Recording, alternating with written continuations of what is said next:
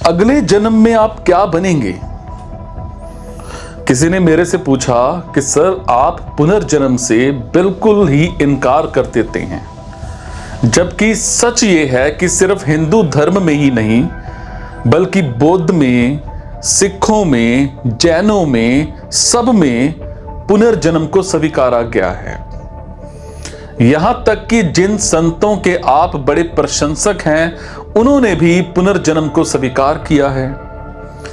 भगवत गीता में भी पुनर्जन्म की बात आई है और इसके अलावा और भी कई उदाहरण और वृत्तांत हैं जो पुनर्जन्म को साबित करते हैं। और अगर मौत के बाद कुछ नहीं है तो फिर अध्यात्म की क्या जरूरत है? खाओ पियो ऐश करो। देखो भाई, मैं पुनर्जन्म को अस्वीकार नहीं करता, मैं व्यक्ति के पुनर्जन्म को अस्वीकार करता हूं। पुनर्जन्म तो होता है, निश्चित रूप से होता है, पर किसका? जिस भाषा में पहले कहा था उसी को आगे बढ़ाकर फिर समझाता हूं। अहम वृत्ति का पुनर्जन्म होता है, व्यक्तिगत अहंकार का नहीं। राजू मरकर काजू नहीं बनेगा और काजू को बिल्कुल नहीं याद आने वाला कि मैं पिछले जन्म में राजू था। और काजू अगर बोले कि मैं पिछले जन्म में राजू था, उससे पिछले जन्म में फाजू था और उससे भी पिछले जन्म में तराजू था। मुझे अपने 3 जन्म याद हैं, तो ये जो काजू है ये बहुत बड़ा धूर्त है। जो कुछ भी व्यक्तिगत है तुम्हारा, व्यक्तिगत तुम्हारा पर्सनल, वो राख हो जाता है मृत्यु के साथ ही। बचा क्या रहता है? एक वृत्ति बची रहती है, वृत्ति, टेंडेंसी। टेंडेंसी कोई चीज नहीं होती, वो बस एक टेंडेंसी होती है, एक वृत्ति होती है। और ऐसा होता है। वृत्ति क्या होती है? पुनर्जन्म कैसे लेती है? मैं हूं, मेरे अंदर 10 दोष हैं। मान लो मेरे अंदर डर है, एक दोष उठा लो, डर। जो अगला पैदा होता है प्रकृति के समय चक्र में, उसमें भी डर होता है। तो डर ने पुनर्जन्म ले लिया, डर दोबारा पैदा हो गया। हर बच्चा जो पैदा हो रहा है उसके साथ डर दोबारा पैदा हो रहा है। हर जो बच्चा पैदा हो रहा है उसके साथ मुक्ति की आकांक्षा भी दोबारा पैदा हो जाती है। हर जो बच्चा पैदा हो रहा है उसके साथ भ्रम दोबारा पैदा हो जाता है। यह है पुनर्जन्म। व्यक्ति का कोई पुनर्जन्म नहीं होता, पर पुनर्जन्म निश्चित रूप से होता है। तुम ये कभी पूछते ही नहीं किसका पुनर्जन्म। मैं पुनर्जन्म की बात का खंडन नहीं कर रहा हूं, मैं तुम्हें बस साफ बता रहा हूं कि पुनर्जन्म किसका होता है। तुम ये माने बैठे हो कि मेरा ही हो जाएगा और उसकी वजह से बहुत बड़े बड़े मूर्खतापूर्ण कांड होते हैं। अभी एक गुरुजी हैं, उन्होंने एक योजना चलाई। वो बोले ऐसा करो, सब अमीर लोगों से बोलो। वस्तुतः गुरुओं का अमीर लोगों से ही ज्यादा संबंध होता है। अगर आप गुरु हैं, बड़े गुरु, व्यवसायिक तौर पर गुरु हैं, पेशेवर गुरु हैं, जैसे सब गुरु लोग होते हैं, तो इन गुरुजी ने कहा देखो अभी तो तुम अमीर हो, लेकिन हो तो तुम पापी ही। जैसा कि ज्यादातर अमीर लोग होते हैं, तो तुम मर कर तो पता नहीं क्या बनोगे, भिखारी बनोगे, ना जाने क्या बनोगे, क्योंकि तुमने पाप तो खूब ही किए हैं। तो तुम मेरे साथ एक डील करो। डील, अनुबंध, समझौता। डील क्या है? बोले मरने से पहले तुम अपनी आधी दौलत मेरे नाम कर दो।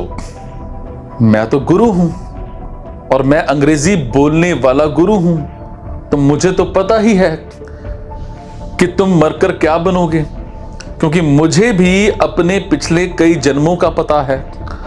तो तुम मर करके जब पैदा हो जाओगे दूसरे जन्म में, और पाप तुमने खूब किए हैं, इसीलिए अगले जन्म में बनोगे गरीब। तो तुमने अभी जो दौलत मुझे दी है वो दौलत मैं ला करके तुम्हें दे दूंगा, 10% हिस्सा मेरा है। ये मूर्खताएं चलती हैं। जब तुम सोचते हो कि व्यक्ति का ही पुनर्जन्म होगा, व्यक्ति का कोई पुनर्जन्म नहीं होता। व्यक्ति के पास तो एक ही जीवन है। प्रकृति की लहरें एक के बाद एक आती जाती रहती हैं। व्यक्ति का कोई पुनर्जन्म नहीं होता। आत्मा का कोई जन्म ही नहीं होता। वो अजन्मी और अमर है। व्यक्ति का एक ही जन्म होता है, कोई पुनर्जन्म नहीं होता। आत्मा का कोई जन्म ही नहीं होता, तो पुनर्जन्म क्या होगा? आत्मा अजन्मी और अमर है, ना उसकी मृत्यु होती है न जन्म होता है। प्रकृति है जिसमें जन्म और मृत्यु का खेल चलता रहता है। तो प्रकृति की एक लहर मिटती है, दूसरी लहर खड़ी हो जाती है। जो दूसरी लहर खड़ी हुई है वो पिछली लहर का पुनर्जन्म नहीं है, वो सागर का ही पुनर्जन्म है। पिछली लहर तो एक बार आई और मिट गई। अब सागर दोबारा प्रकट होगा दूसरी लहर के रूप में। मैं पुनर्जन्म से इनकार नहीं कर रहा हूं, बस मैं तुमको समझा रहा हूं किसका पुनर्जन्म होता है, किसका। समझ में आ रही है बात? अब प्रश्न के दूसरे हिस्से पर आते हैं। तुमने कहा अगर मौत के बाद कुछ भी नहीं तो फिर अध्यात्म की जरूरत क्या है? खाओ पियो ऐश करो। बाबा, अध्यात्म इसीलिए नहीं होता कि तुम्हारा अगला जन्म सुधर जाएगा। अध्यात्म इसीलिए होता है ताकि तुम इस वर्तमान जन्म को सुधार सको। तुम कह रहे हो खाओ पियो ऐश करो। तुम खा पीकर ऐश कर कहां रहे हो? यहां कौन है जो ऐश कर रहा है? मुझे तो यहां सब तड़पते और दुखी ही नजर आते हैं। जिनमें थोड़ी ईमानदारी है वो बता देते हैं कि हम तड़प रहे हैं और दुखी हैं। जो महाबेईमान है वो अंदर से तड़प रहे होते हैं, दुखी हैं, लेकिन बाहर बाहर ये दिखाते हैं कि हम तो बड़े सुखी हैं। और बाहर भी वो क्यों दिखाते हैं कि वो बड़े सुखी हैं? ताकि उनका सुख देखकर दूसरे और तड़पें। यहां कौन सुखी है? तुम कह रहे हो अगर मरने के बाद कुछ नहीं तो खाओ पियो ऐश करो। खाने पीने से, भोग से ऐश अगर हो जाती तो मैं कहता बिल्कुल करो, क्योंकि आनंद ही अध्यात्म का उद्देश्य है। तुम्हें आनंद अगर खाने पीने से मिल सकता तो मैं कहता खूब खाओ पियो भोगो, इसी में आनंद मिल जाएगा। जरूरत क्या है किसी ग्रंथ की, शास्त्र की, ध्यान की, साधना की, भक्ति की? कोई जरूरत ही नहीं। लेकिन ऐसा नहीं है। खा पीकर ऐश नहीं कर रहे हो, तुम्हें पता है। आज तक कोई नहीं हुआ जो खा पीकर ऐश कर ले।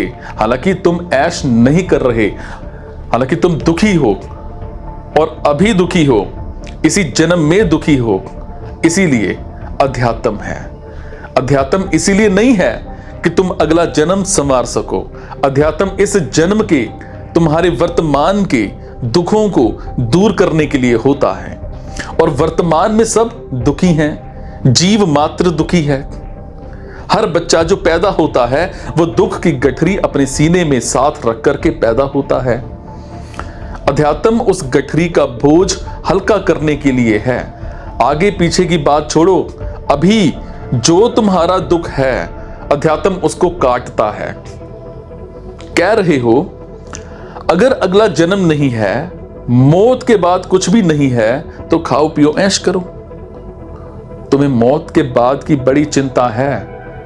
तुम्हारे आज जो दुख हैं, ईमानदारी से बताना, दिल पर हाथ रखकर, वो अगले जन्म के दुख हैं। तुम ये सोच करके अपनी रातों की नींद गवाते हो कि अगले जन्म में मेरा क्या होगा, या तुम्हें जो सारी समस्या है वो वर्तमान को लेकर के है। बोलो, तुम इस जन्म की अपनी बीवी से परेशान हो या अगले जन्म की बीवी से? तुम इस जन्म के अपने बॉस से परेशान हो या अगले जन्म के बॉस से। अरे परेशानियां तुम्हारी सारी इस जन्म से हैं और अध्यात्म तुम्हारा अगले जन्म की फिक्र कर रहा है। यह कौन सा अध्यात्म है? तुम्हें शरीर की भी बीमारी है तो तुम इस जन्म के शरीर की बीमारी से त्रस्त हो या अगले जन्म की शरीर की बीमारी से त्रस्त हो? बताओ। तुम्हारी जो भी इस वक्त चिंता है, परेशानी है, जो भी तुम्हारी जिंदगी का नर्क है, वो अभी का है या पिछले का या अगले जन्म का है? अभी का है ना? तो अध्यात्म इसीलिए है ताकि ईमानदारी से तुम्हारा अभी इलाज किया जा सके। न जाने तुमको किसने ये पट्टी पढ़ा दी कि अभी अच्छे कर्म करोगे तो आगे अच्छा फल मिलेगा। ओ भाई, अध्यात्म तुम्हें यह बताने के लिए है, कृष्ण और उनकी गीता तुम्हें यह बताने के लिए है कि जो ठीक कर्म नहीं कर रहा वो इसी वक्त भुगत रहा है, क्योंकि उसका कर्ता ही खराब है। कर्ता माने मैं, कर्ता माने वो जो तुम हो, तुम्हारी जिंदगी है। कर्म का सिद्धांत निष्काम कर्म इसलिए नहीं होते कि तुम्हें आगे कुछ मिल जाएगा। भाई अगला जन्म तो छोड़ दो, इसी जन्म में भी भविष्य में तुम्हें कुछ मिल जाएगा, इसलिए नहीं होता निष्काम कर्म। निष्काम कर्म तुम्हें अभी इसी क्षण त्वरित शांति दिलाता है।